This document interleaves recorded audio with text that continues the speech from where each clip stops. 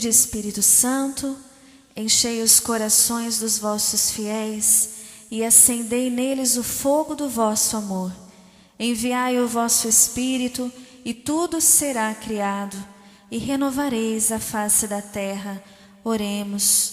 Ó Deus, que instruíste os corações dos vossos fiéis com a luz do Espírito Santo, fazei que apreciemos retamente todas as coisas segundo o mesmo Espírito e gozemos sempre da sua consolação por Cristo Senhor nosso. Amém. Estamos aqui reunidos na presença de um Deus que é Pai, Filho e Espírito Santo. Amém. Boa noite a todos. Meu nome é Fernando, eu sou casado com a Gisele. Nós participamos aqui na paróquia do grupo de oração Civilização do Amor. E hoje estou aqui para a gente conversar um pouquinho, para a gente partilhar sobre a nossa igreja. O tema da aula de hoje é Amo Minha Igreja. E antes da gente começar, eu já quero dizer para vocês que quando eu estava preparando a aula, eu percebi que assim é bastante conteúdo. Então a gente vai ver bastante coisa aqui hoje. Mas eu queria que você ficasse tranquilo.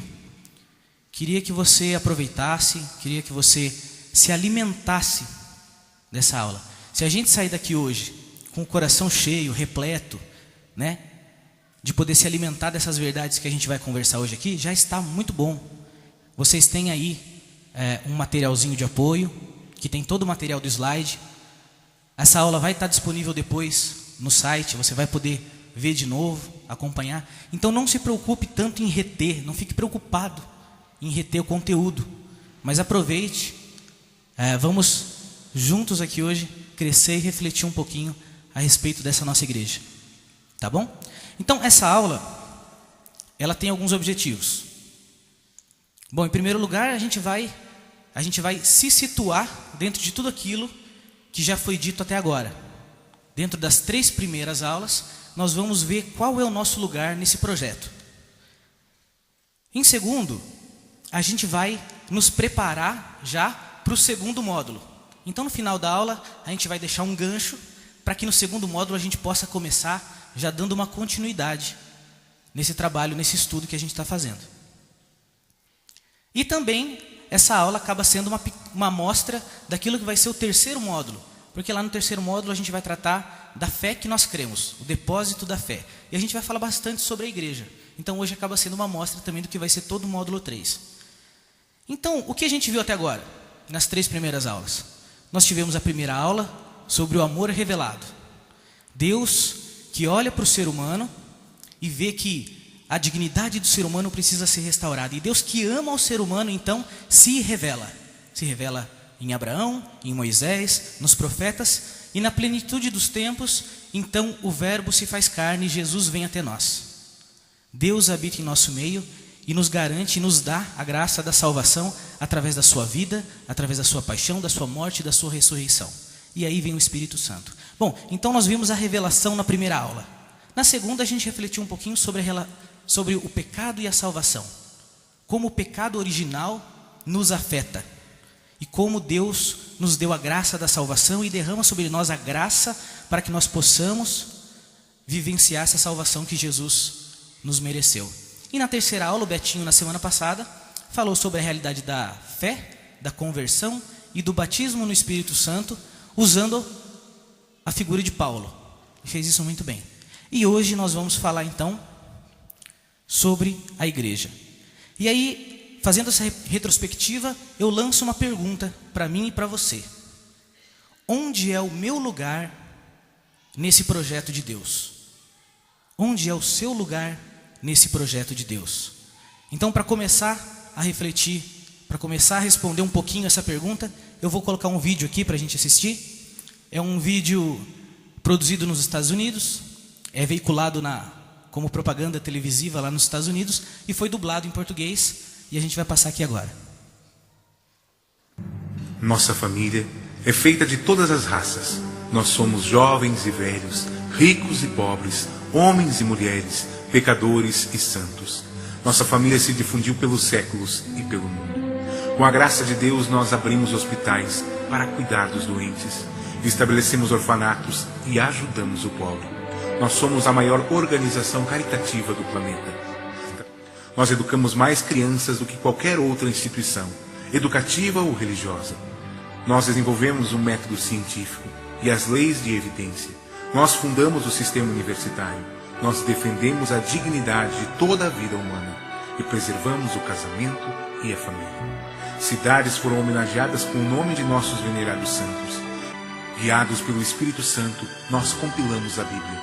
Nós somos transformados pela Sagrada Escritura e Sagrada Tradição, que tem nos guiado consistentemente por 2000 anos. Nós somos a Igreja Católica, com mais de 1 bilhão na nossa família, compartilhando os sacramentos da fé cristã. Por séculos nós temos rezado por você, sempre que celebramos a missa. O próprio Jesus lançou as fundações para a nossa fé, quando disse a Pedro, o primeiro Papa: Tu és Pedro, e sobre esta pedra edificarei a minha igreja. Por mais de 2000 anos, nós tivemos uma linha ininterrupta de pastores, guiando a Igreja Católica com amor e verdade. Num mundo confuso e doloroso para se viver, e nesse mundo cheio de caos, dificuldade e dor, é confortante saber que algumas coisas permanecem coerentes, verdadeiras e fortes. Nossa fé católica e o amor que Deus tem por toda a criação. Se você esteve afastado da igreja, nós convidamos você a um novo olhar. Nossa família unida em Jesus Cristo, nosso Senhor e Salvador. Nós somos católicos. Bem-vindo à sua casa.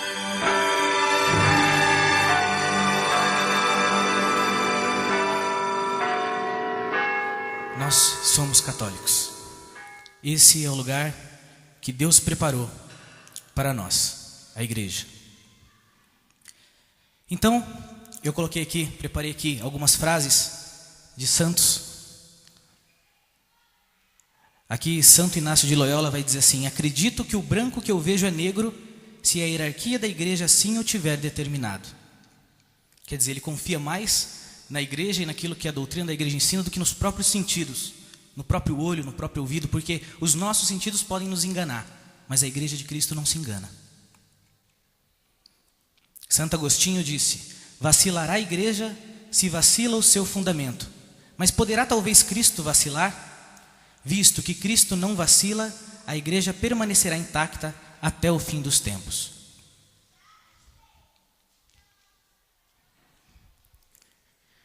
Então vamos lá, vamos falar um pouquinho agora então, começando a aula falando sobre a natureza da igreja. O que é a igreja? O que é a igreja? Assim como a vontade de Deus é um ato e se chama mundo, do mesmo modo a sua intenção é a salvação dos homens e se chama igreja. Isso está no Catecismo da Igreja Católica, no número 760, é uma frase de Clemente de Alexandria. Então veja, aqui nós vamos usar um pouco o Catecismo da Igreja Católica, e aqui eu peguei alguns pequenos trechos, mas se você quiser estudar a fundo, do número 748 até o número 975 do Catecismo da Igreja Católica, é o artigo 9 do creio. Creio na Santa Igreja Católica. Aqui nós vamos pegar alguns pequenos trechos e vamos comentar a respeito dessa realidade. Então lá no Catecismo da Igreja Católica, no número 760, que é um parágrafo maior do que esse pequeno trecho, vai dizer assim: o mundo foi criado em vista da igreja, diziam os cristãos dos primeiros tempos. Deus criou o mundo em vista da comunhão com a sua vida divina, comunhão esta que se realiza pela convocação dos homens em Cristo. E esta convocação é a igreja. Deus criou o mundo em vista da comunhão da sua vida divina. E para realizar essa comunhão da vida divina, para dividir conosco a vida dele, então ele sonhou essa realidade chamada igreja.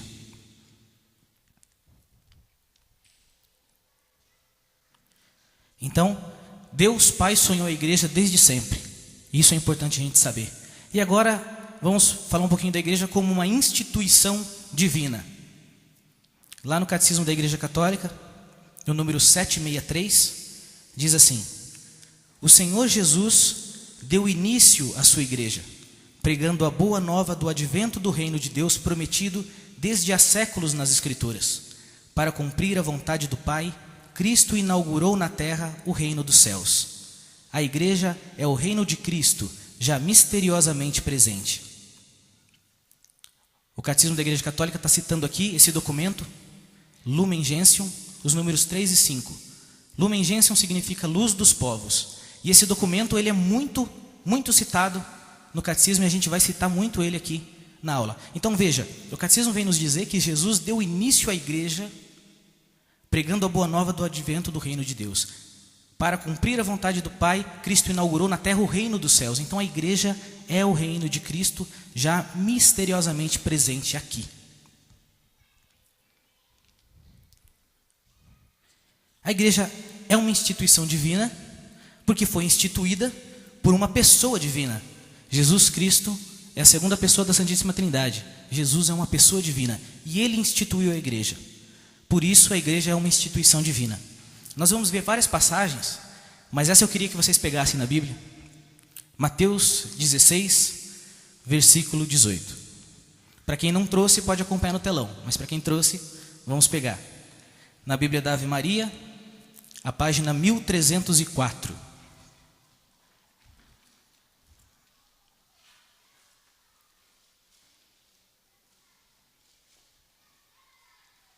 Aqui é Jesus falando com Pedro. Eu te declaro, tu és Pedro, e sobre esta pedra edificarei a minha igreja. As portas do inferno não prevalecerão contra ela. Eu te darei as chaves do reino dos céus. Tudo que ligares na terra será ligado nos céus, e tudo o que desligares na terra será desligado nos céus. Nesse momento, Jesus então institui a igreja sobre a pessoa de Pedro. Mas Jesus institui a igreja durante toda a sua pregação, durante toda a sua vida. Mas nesse momento, sobre a rocha de Pedro, ele institui, ele edifica a igreja. Jesus, uma pessoa divina, institui a igreja. E o que significa as chaves do reino? As chaves do reino, como em vários outros momentos, em várias outras passagens do Evangelho, Jesus dá aos apóstolos o poder de perdoar os pecados, o poder de absolver. Ligar e desligar significa determinar aquilo que é lícito e aquilo que é ilícito, aquilo que é certo, aquilo que é errado. Distinguir a verdade do engano. Jesus dá esse poder à igreja.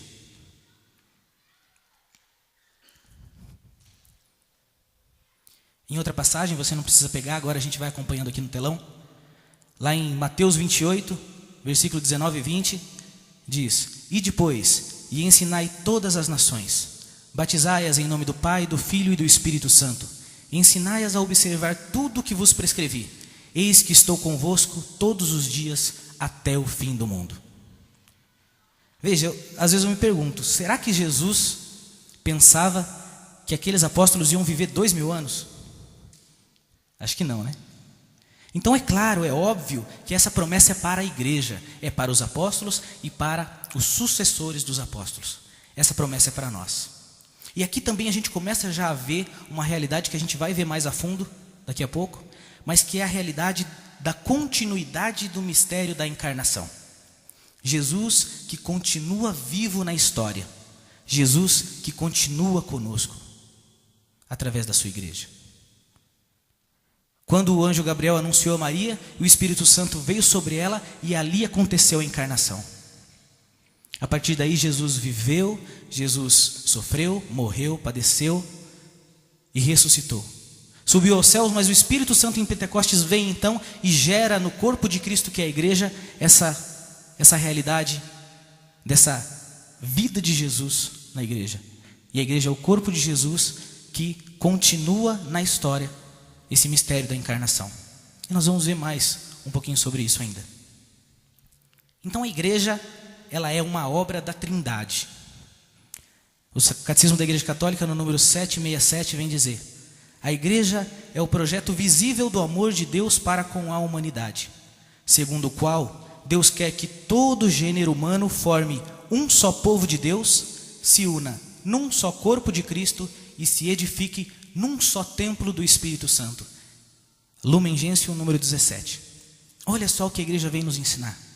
Um só povo de Deus, um só corpo de Cristo, um só templo do Espírito Santo. Então a igreja, ela é uma obra da Santíssima Trindade. Ela é um desígnio do Pai, ela é uma realização do Filho e ela é uma manifestação do Espírito Santo. E ela está viva e presente hoje.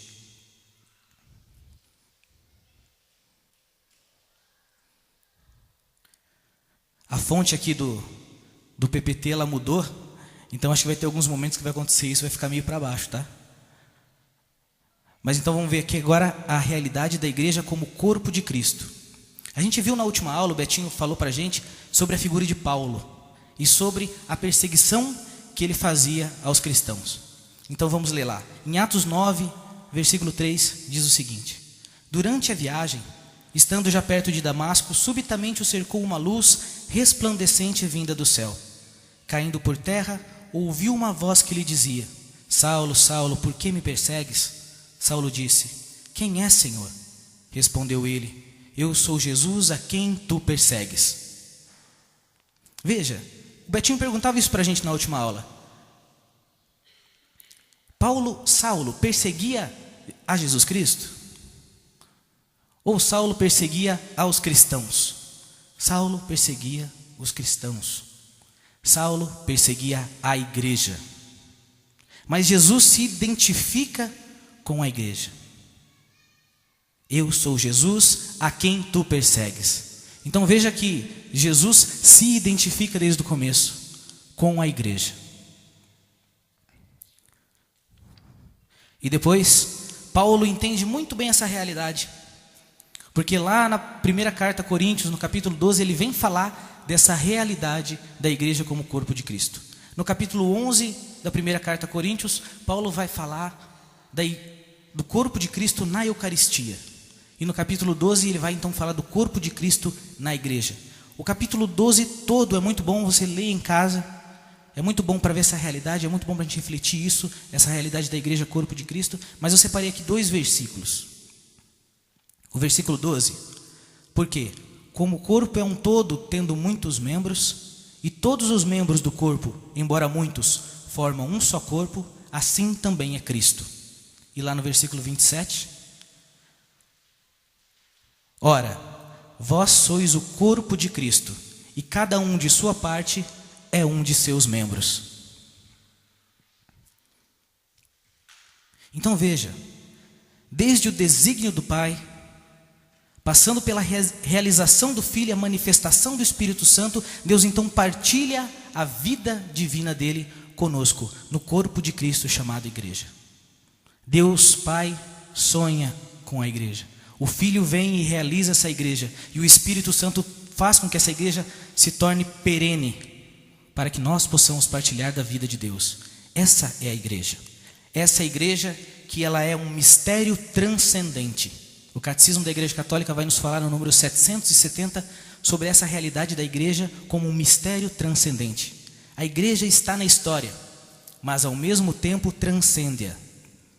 Só com os olhos da fé é que se pode ver na sua realidade visível, ao mesmo tempo, uma realidade espiritual portadora de vida divina. A igreja é um mistério. Por que a igreja é um mistério? Porque a igreja não é só aquilo que a gente vê. A igreja ela tem uma realidade invisível. Sendo uma instituição divina, ela não é algo somente terreno. Ela é transcendente. Ela está na história, mas ao mesmo tempo ela está na meta-história. Ela está fora da história. Ela está na eternidade. Então imagina assim, que a igreja ela é uma realidade do céu, instituída pelo próprio Deus, mas que se inclina a essa nossa realidade e abraça-nos nessa nossa realidade, para que aqui nós possamos entrar na igreja e através dela nós possamos viver a vida de Deus. Vejam que profundidade isso, porque assim, é interessante a gente falar da igreja como algo transcendente, como uma realidade transcendente, porque não é isso que a gente aprende por aí. A sociedade não nos ensina isso e nem quer aceitar isso de forma alguma. Mas a realidade é essa. Sendo uma instituição divina, a igreja ela é transcendente. Ela é uma realidade do céu. Por isso que nós dizemos que lá no céu existe a igreja triunfante, no purgatório a igreja padecente, e nós aqui somos a igreja militante. Essa igreja não está só aqui na terra. Ela se estende do céu até nós. para que nós, entrando nesse corpo, possamos viver a vida de Deus. Olha que graça. E assim então, a gente viu um pouquinho sobre a natureza da igreja, que ajuda muito nós entendermos as notas da igreja. As notas da igreja são características inerentes, né? Características que são da essência da igreja.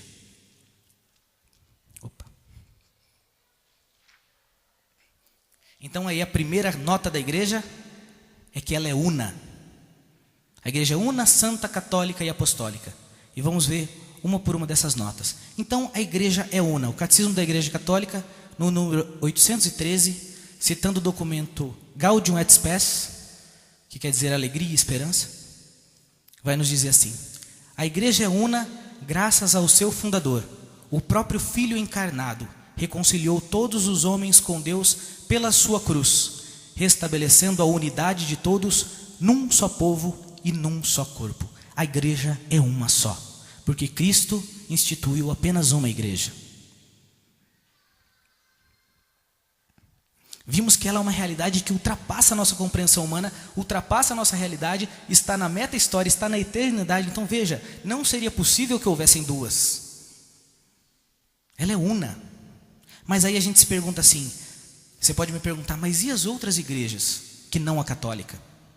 Bom, essas outras igrejas que não a católica, elas estão de alguma forma em comunhão com a verdadeira igreja de Cristo, mas de uma forma parcial. Algumas mais, outras menos em comunhão, mas se existe um espaço eclesial nas igrejas cristãs não católicas, isso se deve a uma comunhão parcial com a verdadeira igreja que Cristo instituiu. Mesmo que eles não admitam, mesmo que eles não queiram, mesmo que eles pisoteiem a igreja católica, no céu todo mundo é católico. Porque só existe uma igreja, a igreja una, a igreja instituída pelo próprio Cristo.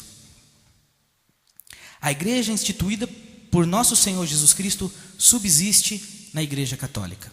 É isso que nós cremos. Essa nossa igreja católica apostólica romana é a igreja que Cristo instituiu. E só pode haver uma. A gente vendo um pouquinho sobre a natureza da igreja, dá para a gente entender que não tem como ter duas. Você imagina no céu mais de uma igreja? Cada vez que alguém abre uma igreja aqui, abre uma igreja lá, não tem como isso, né? A igreja, ela é santa. O catecismo vem nos dizer, no número 824, a igreja unida a Cristo é santificada por Ele e nele torna-se também santificante. É na igreja que se encontra a plenitude dos meios de salvação. É nela que nós adquirimos a santidade pela graça de Deus. Bom, então essa realidade da igreja que é santa é algo que a gente vai gastar um pouquinho mais de tempo. Veja, a igreja, ela não peca. A igreja não peca, porque Cristo não peca. E a igreja sendo o corpo de Cristo, a igreja não pode pecar. Quem peca? Eu peco. Nós, filhos da igreja, é que pecamos. A igreja não peca. A igreja nasceu santa porque Cristo é santíssimo. Veja, é importante o que eu vou dizer agora. Nós não fazemos a igreja. Nós não produzimos a igreja, nós não construímos a igreja. Nós somos igreja. Nós podemos ser igreja, ou nós podemos não ser igreja, mas nós não fazemos igreja. Isso parece algo bobo, mas isso é muito sério. A linha da igreja, digamos assim, para fazer uma comparação, é como se a linha da igreja passasse por dentro de nós. E cada vez que nós buscamos a virtude, buscamos a santidade, cada vez que nós ouvimos os conselhos dessa mãe igreja, então nós damos passos para dentro da igreja e nos tornamos mais igreja. Quando nós pecamos, quando nós caímos, quando nós ouvimos as nossas paixões, as nossas concupiscências, e nós não ouvimos a igreja, então nós damos passos para fora e vamos nos tornando menos igreja. Nós somos igreja na medida em que nós somos outro Cristo. Nós somos igreja à medida que nós somos santos. Nós somos igreja à medida que nos configuramos ao corpo de Cristo. Então veja que assim nós entendemos que a igreja não tem como pecar.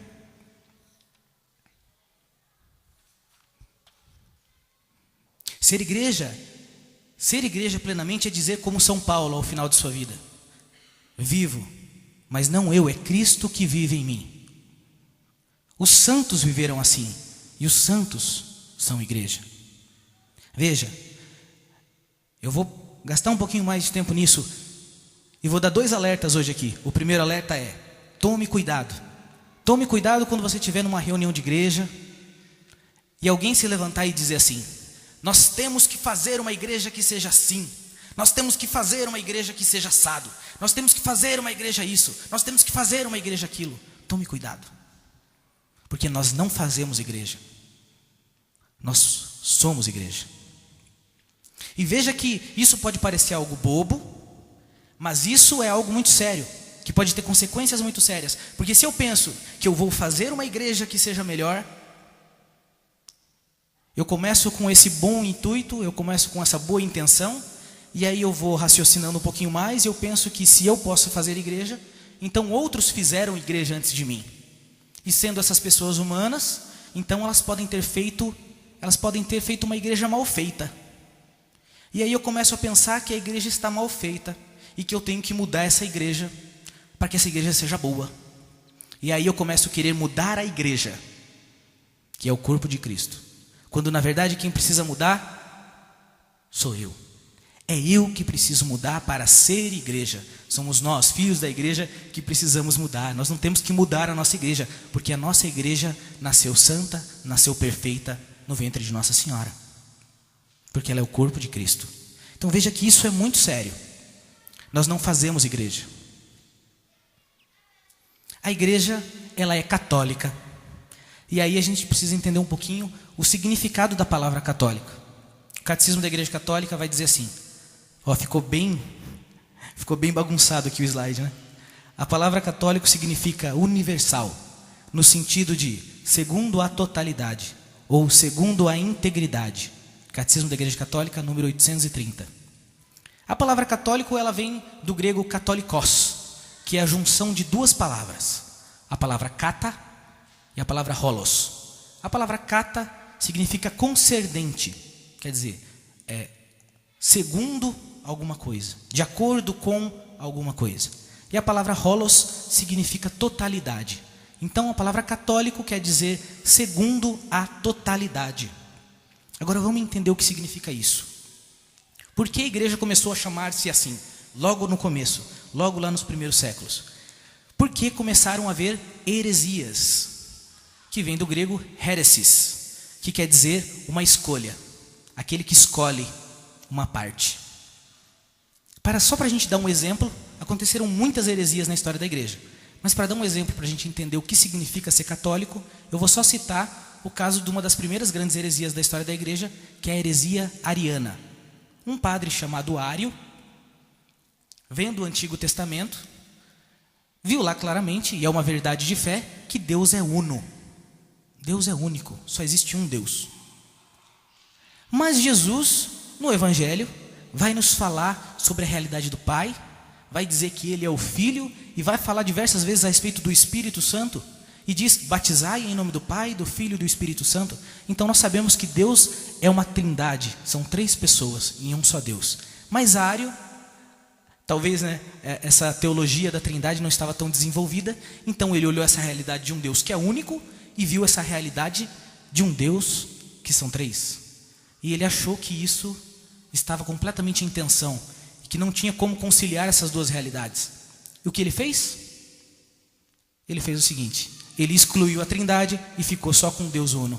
E disse assim, Jesus não é eterno e o Espírito Santo não é eterno, só o Pai é eterno. E o Pai criou Jesus e o Pai criou o Espírito Santo. Então o que ele fez? Ele escolheu uma parte. Deus revelou verdades. E Ário escolheu uma parte só. Veja, é importante que a gente entenda que nós acreditamos naquilo que Deus revelou por causa da autoridade de Deus. E não porque faz sentido ou porque tem lógica. Se Deus disser para mim que essa mesa é um cavalo, eu vou dar feno para essa mesa comer. Porque se Deus disse, eu acredito por causa da autoridade daquele que disse. Então, se Deus revelou que Ele é uno, e se Deus revelou a trindade, por mais que a minha cabecinha humana não consiga conciliar isso, eu tenho que crer que essa é a verdade, mesmo que a minha cabecinha não consiga processar isso. Mas Ário não quis ser humilde, e ele quis escolher uma parte. E aí então vários padres da igreja, vários santos, foram então estudando e foram especulando, né, na teologia, e chegaram então a uma teologia da Trindade. E hoje nós sabemos que só existe um Deus. Só existe um Deus. Mas em Deus existem 3 pessoas, que é o Pai, o Filho e o Espírito Santo. Para a gente entender então o que é ser católico. Ser católico é abraçar todo o depósito da fé. Nós temos na Igreja Católica toda a fé dos apóstolos. Nós não excluímos nenhuma parte. Nós não excluímos livros da Bíblia, nós não excluímos verdades de fé, que são mais convenientes. Ou inconvenientes. Nós não excluímos aquelas que são inconvenientes aos nossos interesses. Nós somos católicos. E aí eu vou dar o segundo alerta para a gente então. Cuidado também se você estiver numa reunião e alguém, uma pessoa de igreja, disser assim para você: porque a igreja do Brasil hoje é uma realidade, a igreja de não sei onde, não sei, né? A igreja da América Latina hoje é essa realidade. Tome cuidado com isso. Porque a igreja, ela é uma só, em todos os lugares, em todos os tempos. Não existe uma doutrina que se aplica para nós aqui, mas não se aplica para Roma. E não existe uma doutrina que se aplique em Roma e não se aplique aqui. E não existe uma doutrina que se aplicava no ano 500, mas não se aplicava no ano 1500. Não existe isso. A doutrina, ela é uma só. A igreja é substancialmente a mesma ontem, hoje e sempre, em qualquer lugar. Você fazer essa distinção, a igreja do Brasil hoje, você não está sendo tão católico assim. Então tome cuidado. A nossa doutrina, a nossa fé aqui é a mesma doutrina, a mesma fé lá no Japão. A nossa fé, a nossa doutrina aqui é a mesma fé, a mesma doutrina dos apóstolos, lá no ano 60, 70. E isso é ser católico. E eu vou dar um exemplo só para a gente entender. É claro que algumas coisas pastorais podem ser diferentes. Por exemplo, para vocês entenderem, no Japão, quando é um dia de uma missa festiva, uma missa de uma festa, todos os paramentos não são brancos, são amarelos. O padre usa paramentos amarelos e não branco. Por quê? Porque no Japão, a cor branca é cultural, isso já é milenar. A cor branca, ela é a cor do luto. Aqui para nós, o luto é a cor preta. No Japão, o luto é a cor branca. Então, para simbolizar melhor, lá no Japão, então, quando é uma missa festiva, a cor do dia é o amarelo. Então veja, isso não fere de forma nenhuma a fé, os costumes, a doutrina. Mas em questão de fé, em questão de doutrina, é uma só. E isso é ser católico.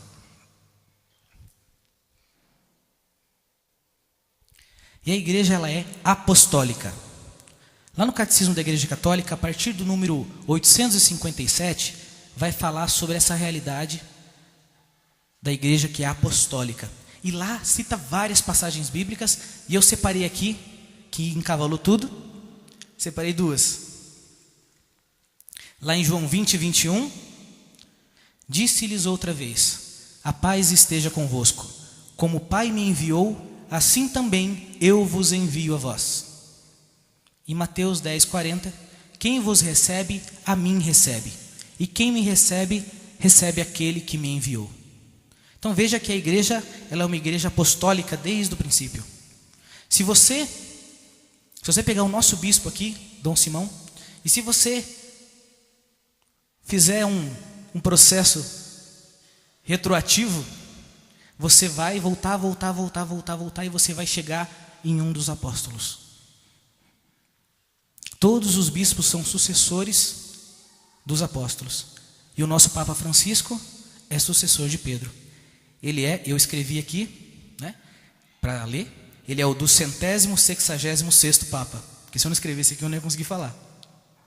Né? O primeiro Papa foi Pedro, depois veio Lino, Anacleto, Clemente, Evaristo, João Paulo II, Bento XVI, Francisco, e são 266 papas da nossa igreja, a partir de Pedro. Nós temos a sucessão apostólica. A Igreja Católica tem a sucessão apostólica. Vimos até agora então a natureza da igreja, que ela é um desígnio do Pai, uma realização do Filho, a manifestação do Espírito Santo, que então faz com que a igreja seja esse corpo de Cristo perene na história. E o Espírito Santo abençoa a igreja para que ela seja una, santa, católica e apostólica. Essa é a nossa igreja.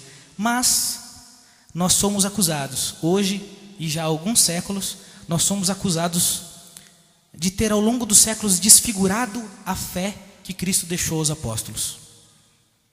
Mas será que isso é verdade? Nós somos acusados de que a Igreja Católica, ela desfigurou a fé, de que lá no começo Jesus deixou uma fé para os apóstolos viviam a fé cristã verdadeira, mas que com o tempo a Igreja Católica desfigurou isso. Será que isso é verdade? Bom, então nós vamos perguntar para os padres da igreja, santos dos primeiros séculos que com sua fé e seus ensinamentos deram forma à igreja. Eu vou colocar aqui alguns pontos, mas eu quero deixar claro para você que eu não quero discutir cada um dos pontos que eu vou colocar aqui. Eu só quero mostrar que nesses pontos, lá nos primeiros séculos, já haviam escritos de pessoas que diziam, olha, na nossa igreja católica é assim que funciona. Só para a gente ver. Tá? E assim, são poucos exemplos. A gente poderia passar aqui um módulo inteiro só falando dos padres da igreja. Mas eu peguei só algumas citações para a gente ver aqui. Eu imaginei que ia acontecer isso nesse slide. Então, se vocês quiserem acompanhar a parte que ficou cortada aí, se você quiser acompanhar no material. Então, esse texto aí é de um santo chamado São Justino, que viveu do ano 100 até o ano 165. E veja bem, só para você saber, o apóstolo João morreu no ano 103, com 94 anos.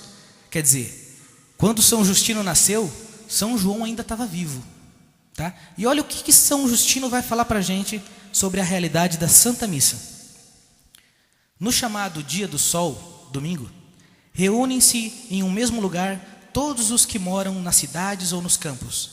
Leem-se as memórias dos apóstolos ou os escritos dos profetas, na medida em que o tempo permite.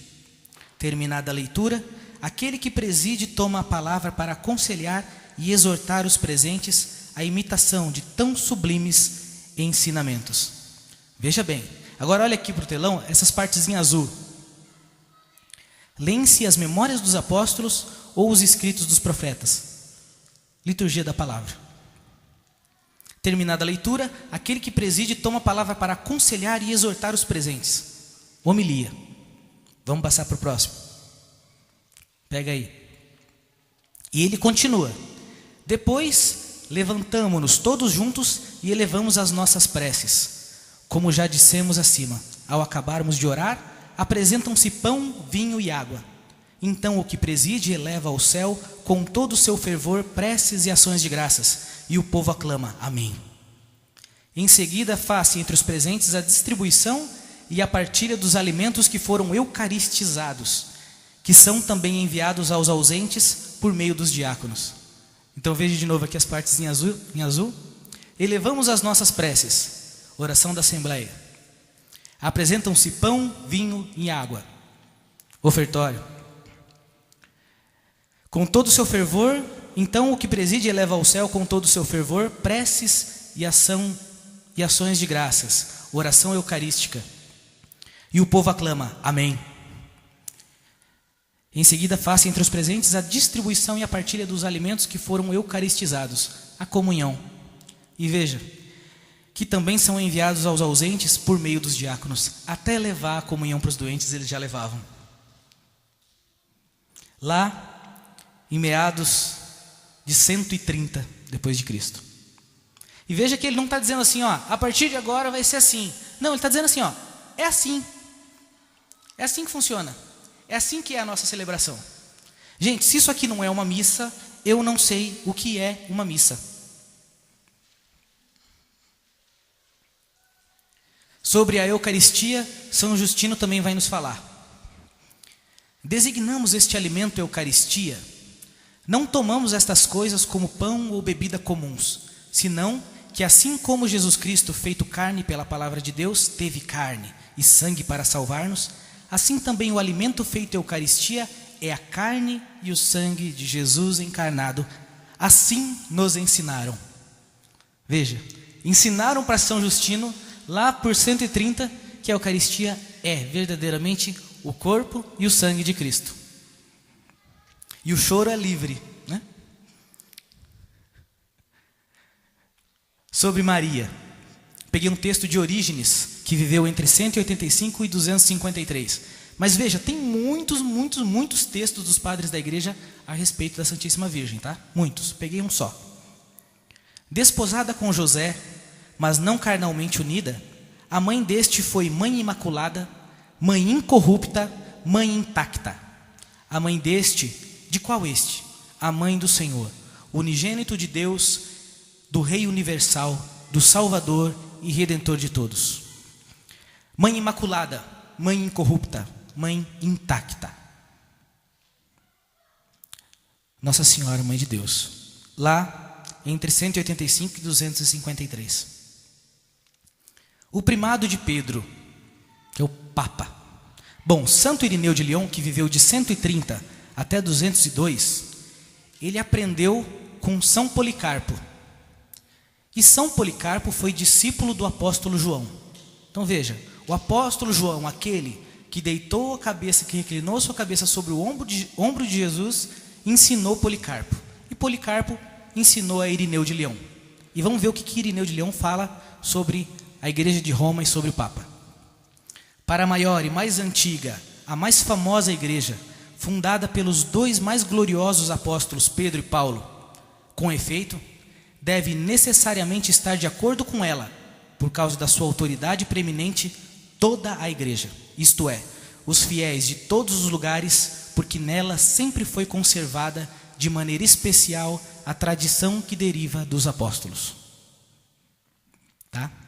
Então, a nossa fidelidade a Roma e ao Papa. Oração pelos mortos. Vamos lá. Tertuliano, que viveu entre 160 e 220, foi bispo, nos fala. Assim, ele está dizendo como que é, como que funciona, como que acontece aqui hoje. Acontece assim, ó. A esposa roga pela alma do seu esposo e pede para ele refrigério, e que volte a unir-se com ele na ressurreição. Oferece sufrágio todos os dias de aniversário de sua morte. É um pensamento santo e salutar rezar pelos defuntos para que sejam perdoados os seus pecados. Olha só. Tem muitos cristãos que dizem que o purgatório não existe, que daqui você vai direto para o céu ou para o inferno. Bom, a igreja, lá no ano 160, não pensava assim. Ela já rezava pela alma dos mortos para que Deus perdoasse seus pecados. É a realidade do purgatório.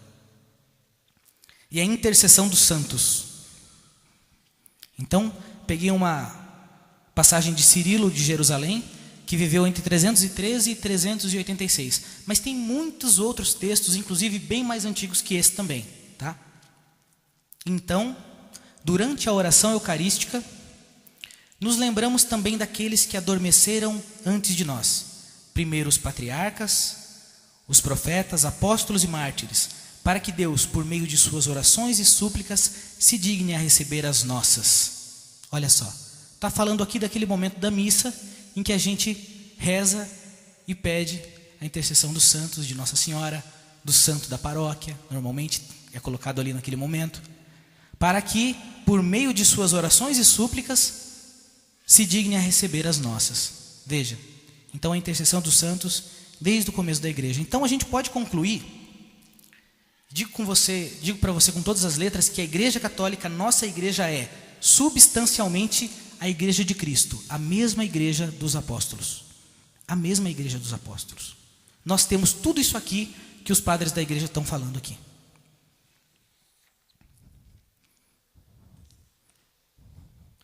Vamos falar só um pouquinho, sobre a vida da igreja. A vida da igreja é a vida dos santos. A história da igreja é a história dos santos. Nas nossas escolas, quando se fala da igreja, não só nas escolas, mas na sociedade em geral, quando se fala da igreja, o pessoal fala só dos traidores da igreja. É engraçado isso, né? Se a gente vai contar a história de qualquer área do desenvolvimento humano, se a gente vai contar, por exemplo, a história da arquitetura, a gente não conta a história dos prédios que caíram. A gente conta a história dos prédios que permaneceram de pé. Mas quando se fala da história da igreja, só se fala dos traidores da igreja, daqueles prédios que caíram. Mas veja, a história da igreja é a história dos santos. Houveram sim homens maus, houveram sim pessoas más que, buscando o poder, se infiltraram na igreja, se tornaram cardeais, bispos, até papa. Mas eu digo para vocês que houveram muitos, mas infinitamente mais pessoas santas que entregaram a sua vida completamente a Cristo. E esses são igreja. Esses homens maus não foram igreja. Eles foram traidores da igreja. E muitas vezes se conta a história deles como se a história deles fosse a história da igreja. É como o Papa Francisco falou esses tempos atrás, né? Padre é igual avião, só dá notícia quando cai. Mas quantos voam, não é? Quantos bons padres? Mas o padre dá notícia quando cai, né? Quando peca.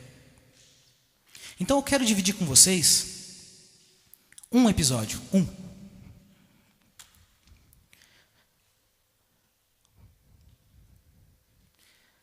um episódio que aconteceu durante a Revolução Francesa com as mártires carmelitas de Copenhague, Irmã Teresa de Santo Agostinho e as carmelitas de Copenhague.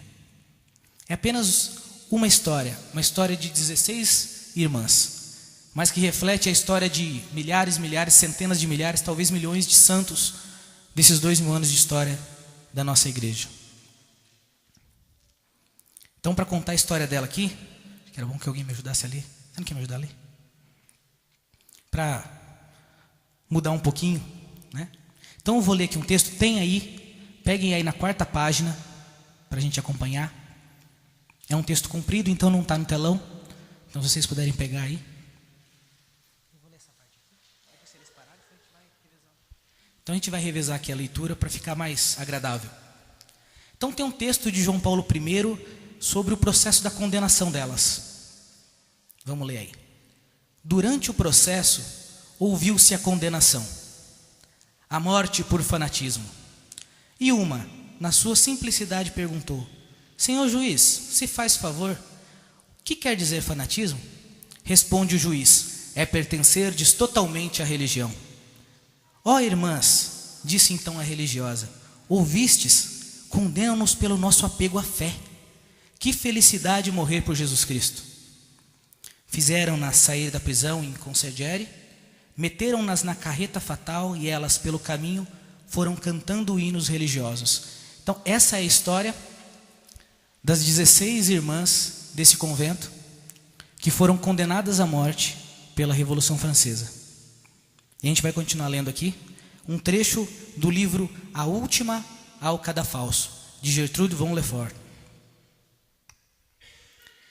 São cerca de 8 horas da tarde, é verão e o céu ainda está claro.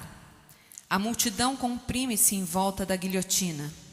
Junto dos degraus que conduzem ao cadafalso, o carrasco, Charles Henry Sanson, espera respeitosamente de pé, flanqueado por 2 ajudantes.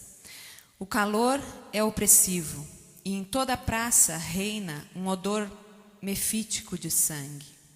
Vindos da cidade, despontam os carroções. Hoje são 2 e vêm bastante cheios. Ao todo serão 40 vítimas. Recebem-nas as exclamações e ameaças habituais, mas o barulho logo se abafa em murmúrios de espanto. Acontece que entre os condenados se veem diversas mulheres de capa branca.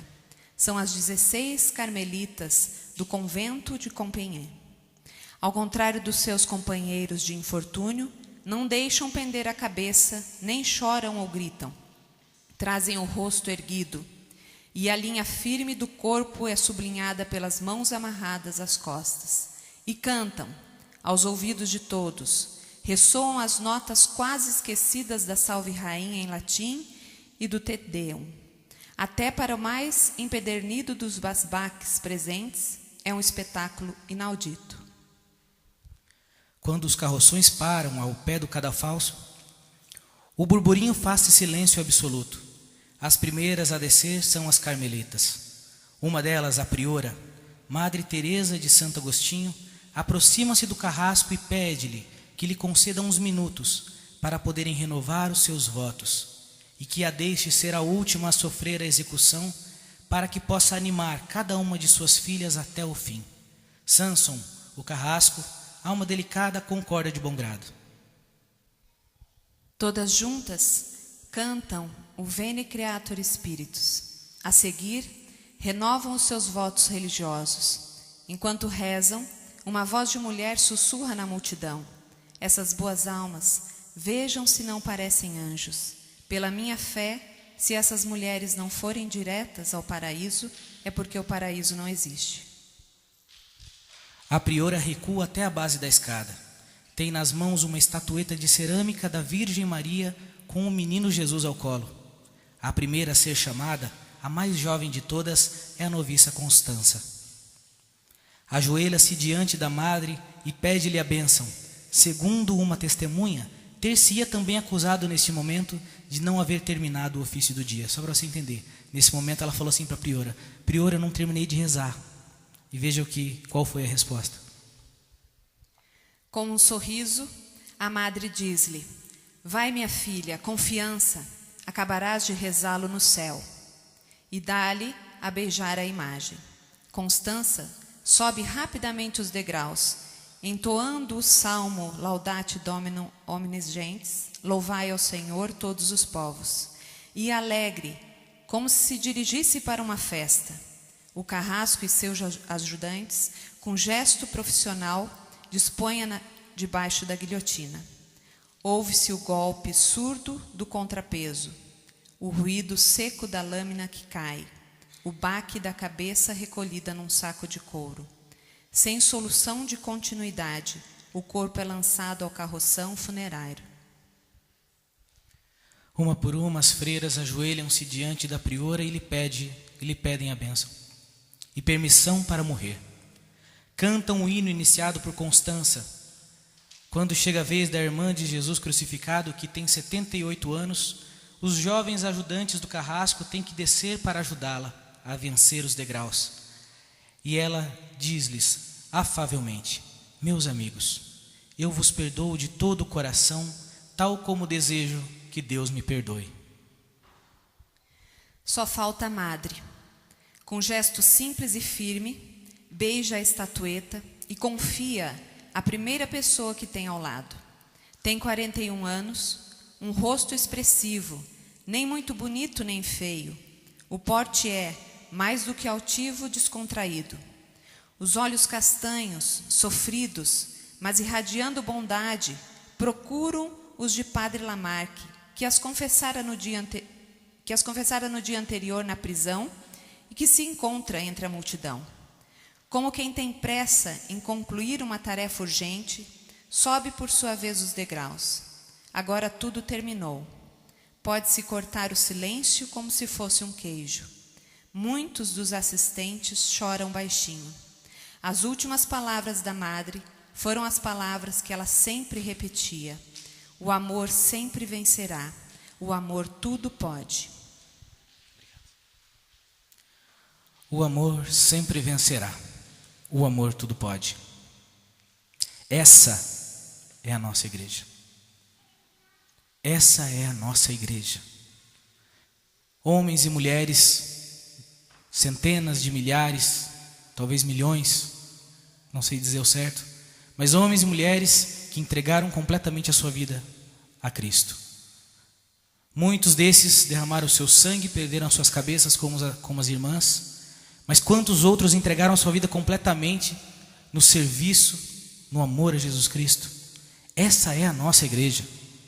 Veja, na Revolução Francesa se fez milhares e milhares de mártires. Homens, mulheres, crianças, padres, religiosos, religiosas. Padres morreram de fome. Centenas de padres morreram de fome. Porque quando a Revolução chegou ao poder, então ela cortou o vínculo com a igreja. então era o governo que pagava os padres, o salário dos padres. Então, se um padre não andasse conforme a cartilha da Revolução, ele parava de receber seu salário, se tornava um mendigo, não tinha condições de se manter, e centenas morreram de fome, e milhares foram mortos. E isso não me contaram na escola. Me falaram sobre a Revolução Francesa na escola e nunca tinham me falado isso. Nunca tinham me falado isso. E quantas e quantas e quantas outras revoluções, e quantos martírios, quantos cristãos derramando seu sangue, com a alegria dessas irmãs. Essa é a nossa igreja.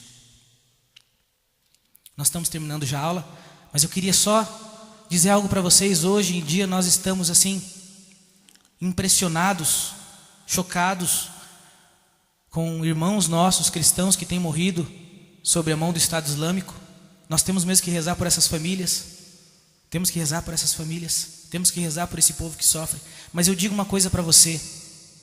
Muito antes que o Estado Islâmico existisse, já morriam todos os anos e morrem todos os anos dezenas de milhares de cristãos no mundo por causa de perseguição religiosa.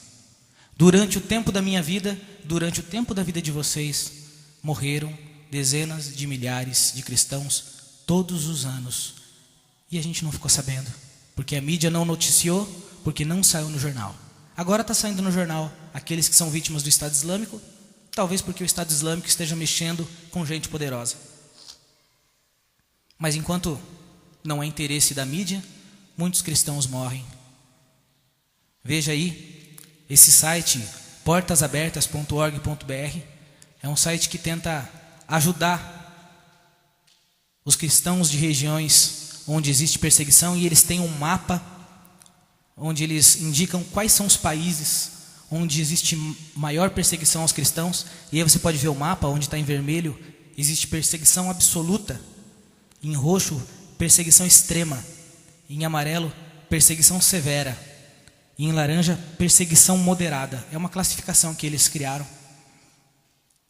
Então veja, todo o norte da África e até o centro da África, o Oriente Médio, uma grande parte da Ásia, cristãos são perseguidos, mortos. Cristãos têm que fugir de suas casas, largar todos os seus bens, deixar suas casas, fugir do país sem nada, simplesmente por serem cristãos. Isso é uma realidade de hoje. A igreja, essa igreja, a nossa igreja, essa igreja que é o corpo de Cristo, que é um projeto do Pai, que é uma realização de Jesus Cristo, que é manifestada pelo Espírito Santo, essa igreja que é o corpo de Cristo, essa igreja que nós temos condições de viver a vida de Deus através dela, quando nós buscamos a santidade, buscamos a virtude. Essa igreja sofre, essa igreja é perseguida, nos filhos da igreja que somos eu e é você, e são tantos irmãos pelo mundo. Mas em todos os momentos em que a igreja sofreu, e se você for estudar um pouquinho de história da igreja, você vai perceber isso. Você vai perceber que em todos os momentos de dificuldade, de sofrimento, em todos os momentos que a igreja padeceu, Deus sempre enviou os seus santos. Santos e santas como as irmãs carmelitas de Copenhague, e tantos outros. Homens e mulheres que deram e entregaram completamente a sua vida, através do martírio, ou através do serviço, ou através do amor ao próximo. Deus sempre enviou santos e santas para continuar contando a história da igreja.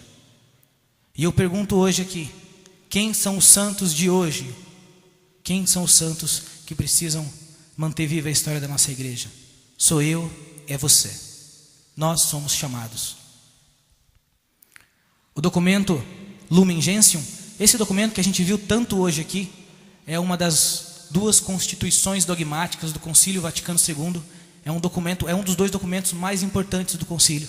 E ele vem nos dizer assim no número 11: munidos de tantos e tão grandes meios de salvação, todos os fiéis, seja qual for a sua condição ou estado, são chamados pelo Senhor à perfeição do Pai, cada um pelo seu caminho. É a igreja nos dizendo que eu e você somos chamados a ser santos, a ser outro Cristo. Somos chamados a ser igreja plenamente e partilhar da vida de Deus. Muito obrigado.